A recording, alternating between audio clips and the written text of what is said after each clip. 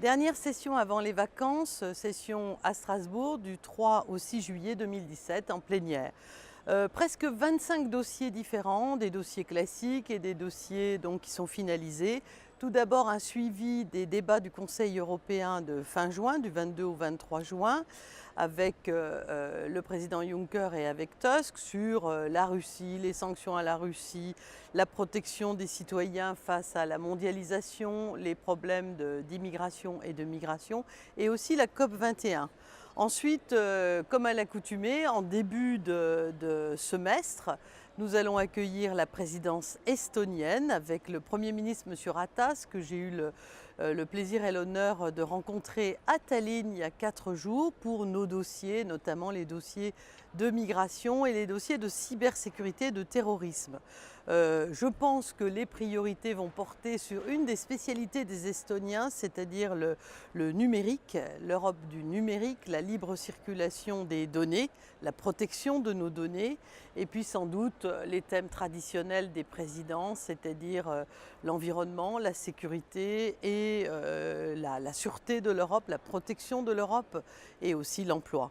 Nous parlerons ensuite de la situation avec la Turquie. C'est un sujet qui est un sujet évidemment récurrent et éminemment stratégique, avec le recul de l'état de droit dans ce pays, la violation de la liberté des médias et l'instauration que les Turcs veulent mettre au goût du jour de la peine de mort.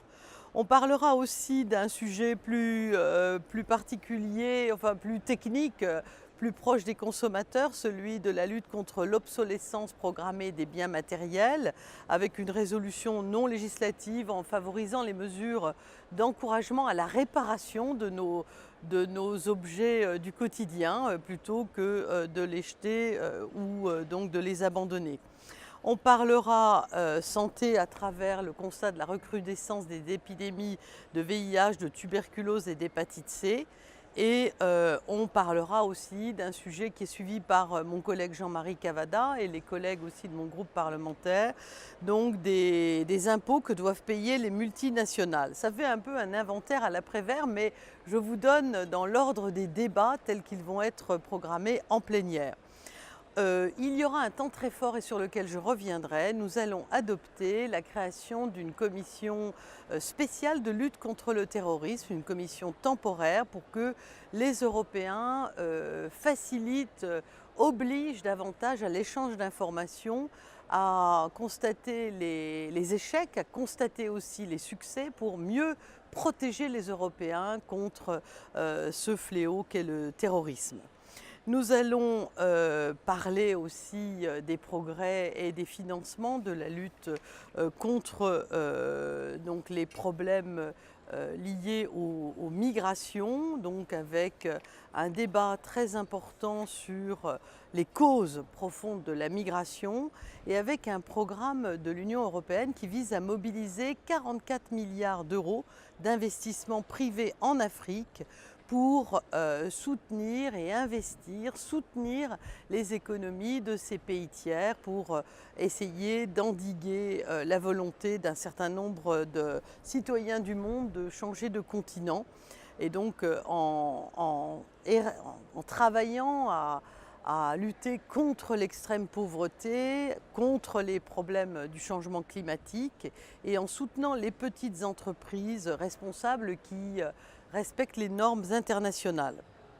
Nous parlerons aussi de la nomination d'une personnalité qui vient de Bulgarie mais qui était députée européenne, Maria Gabriel, qui a siégé avec moi à la Commission des libertés et qui vient d'être proposée par la Bulgarie pour appartenir au Collège des commissaires et s'occuper de l'économie et de la société numérique.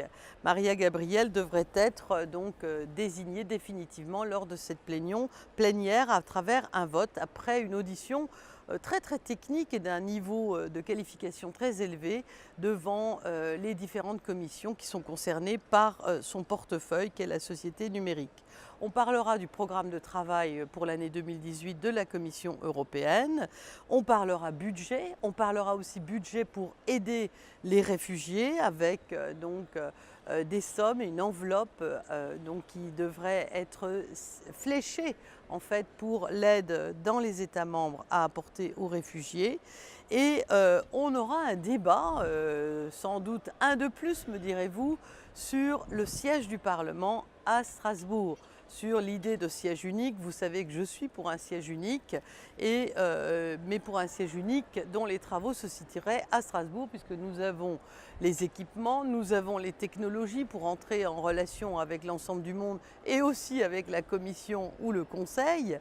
Et donc le débat, une nouvelle fois, va venir en plénière, tout en sachant qu'à Bruxelles, l'un des bâtiments emblématiques est en train de connaître des difficultés techniques très importantes et qui appellerait, je mets le conditionnel parce qu'on pourrait économiser, qui appellerait des travaux à hauteur de 500 millions d'euros. Nous parlerons également du premier accord UE-Cuba, de l'aide financière que l'Europe apporte à la Moldavie, des négociations commerciales avec l'Ukraine. Avec Madame Mogherini, nous parlerons Arabie Saoudite et Commission des droits des femmes de l'ONU. Et donc aussi l'avenir des finances de l'Union européenne sera à l'ordre du jour de la plénière. Enfin, nous parlerons, mais de manière peut-être indirecte et non législative, des règles anti-dumping plus strictes pour défendre l'industrie et l'emploi européen. Voilà très rapidement brossé le tableau de la plénière, en sachant qu'il y aura plusieurs temps forts sur lesquels je reviendrai de manière particulière dans cette newsletter. Merci et bonne semaine à tous.